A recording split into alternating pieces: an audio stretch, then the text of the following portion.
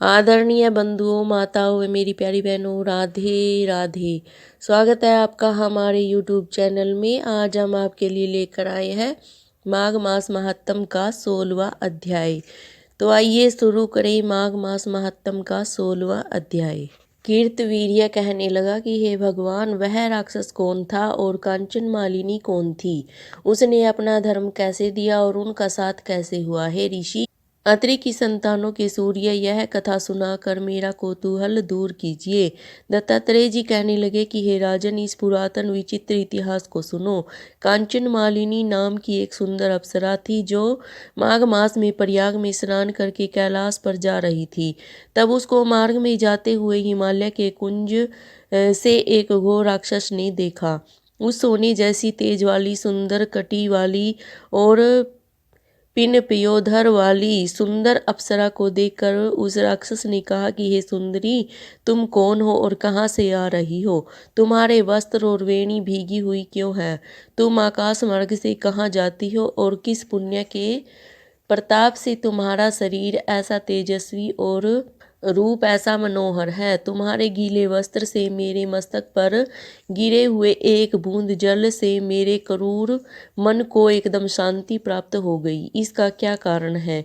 इस जल की क्या महिमा है? तुम बड़ी शीलवती प्रतीत होती हो, इसका कारण मुझसे कहिए। अप्सरा ने कहा कि हे राक्षस, सुनो, मैं काम रूपिणी अप्सरा हूँ। मैं प्रयाग में संगम से स्नान करके आ रही हूँ। इसी से मेरे वस्त्र भीगी है। अब कैलाश पर जा रही हूँ, जहाँ पर श्री शिव निवास करते हैं। त्रिवेणी के जल से मेरी सब क्रूरता दूर हो गई, जिसके पुण्य के प्रभाव से मैं इतनी सुंदर और पार्वती जी की प्रिय सखी हुई।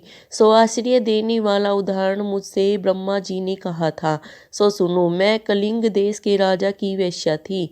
रूप, लावण्य और सुंदरता में अपूर्व थी। मेरी सुंदरता पर सारा नगर मोहित था और मैंने अनेकों प्रकार के भोग भोगे। अनेक प्रकार के वस्त्र और आभूषण की घर में कोई कमी नहीं थी। कई कामी पुरुष आपस में स्पर्धा ही से मृत्यु को प्राप्त हो गए। इस तरह उस नगर में बड़ी सुंदरता से यौवन व्यतीत हुआ और मैं वृद्धावस्था को प्राप्त हो गई। तब मेरे मन में विचार उत्पन्न हुआ कि मैंने अपनी सारी आयु पापों में ही व्यतीत कर दी। धर्म का कोई कार्य, दान, तप, यज्ञ आदि नहीं किया। शिव या दुर्गा जी की आराधना नहीं की, न कभी भगवान विष्णु का पूजन किया। इस प्रकार अशांत चित्त से मैंने एक ब्राह्मण की शरण ली, जो वेदों का ज्ञाता और ब्रह्मनिष्ठ था। मैंने उनसे पूछा कि मेरा निस्तार किस प्रकार हो सकता है।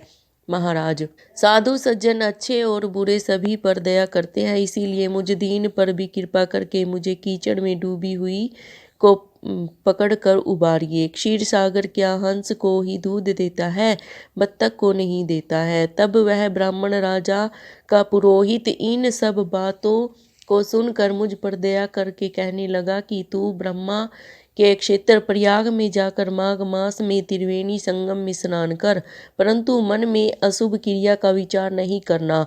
पापों के नाश के लिए महर्षियों ने तीर्थ स्थान से अधिक और कोई प्रायश्चित नहीं बतलाया। प्रयाग में स्नान करने से तू अवश्य पवित्र होकर स्वर्ग को जाएगी। हे भामिनी, पुराने समय में गौतम ऋषि की स्त्री को देखकर इंद्र ने काम के वशीभूत होकर कपट वेश से उससे भोग किया। इसलिए ऋषि द्वारा श्राप दिया गया और उसका शरीर अत्यंत लज्जा युक्त हजारों भोगों वाला हो गया। तब इंद्र नीचा मुंह करके अपने पाप कर्म की बुराई करने लगा। मेरु पर्वत के शिखर पर स्वच्छ जल वाले सरोवर पर एक स्वर्ण कमल से भरे हुए कोटरे में घुस गया और अपने पाप को धिक्कारता हुआ कामदेव की बुराई करने लगा कि यह सब पापों का मूल है। इसके ही वशीभूत होकर मनुष्य नरक में जाते हैं और अपनी धर्म, कीर्ति, यश और धैर्य का नाश करते हैं। इंद्र ऐसा सोच रहा था, सो इंद्र के बिना सारा देवलोक शोभाहीन हो गया। तब देवता, गंधर्व, किन्नर, लोकपाल इंद्राणी के सहित बृहस्पति जी से जाकर पूछने लगे कि महाराज, इंद्र के न रहने से स्वर्ग ऐसा शोभाहीन हो गया जैसे सतपुत्र के बिना श्रेष्ठ कुल। इसीलिए स्वर्ग की शोभा के लिए कोई क्रिया सोचिए। इस विषय में देर नहीं करनी चाहिए।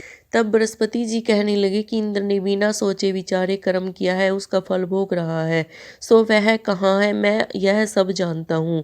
फिर गुरुजी ने सबको साथ लेकर स्वर्ण कमलों से युक्त बड़े सरोवर में इंद्र को देखा, जिसका मुख मलिन और आंखें बंद थी। तब इंद्र ने बृहस्पति जी के चरणों को पकड़कर कहा कि इस पाप से उद्धार करके आप मेरी रक्षा कीजिए। तब बृहस्पति जी ने इंद्र से कहा कि प्रयाग में स्नान करने से ही तुम पाप से मुक्त हो जाओगे। तब इंद्र सहित सब ने ही प्रयाग में जाकर स्नान किया और त्रिवेणी स्नान से इंद्र पाप मुक्त हो गए। तब बृहस्पति जी ने इंद्र को वरदान दिया कि तुम्हारे शरीर में जितने भाग हैं सब नेत्र हो जाएं। तब इंद्र ब्राह्मण के वर से हजारों नेत्र से ऐसा सुशोभित हुआ जैसे मानसरोवर में कमल शोभ्यमान होता है।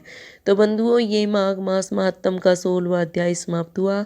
अगर आपको मेरी ये जानकारी अच्छी लगे तो प्लीज़ मेरे चैनल को सब्सक्राइब करें, लाइक और शेयर ज़रूर करें। आपका बहुत बहुत धन्यवाद। राधे राधे।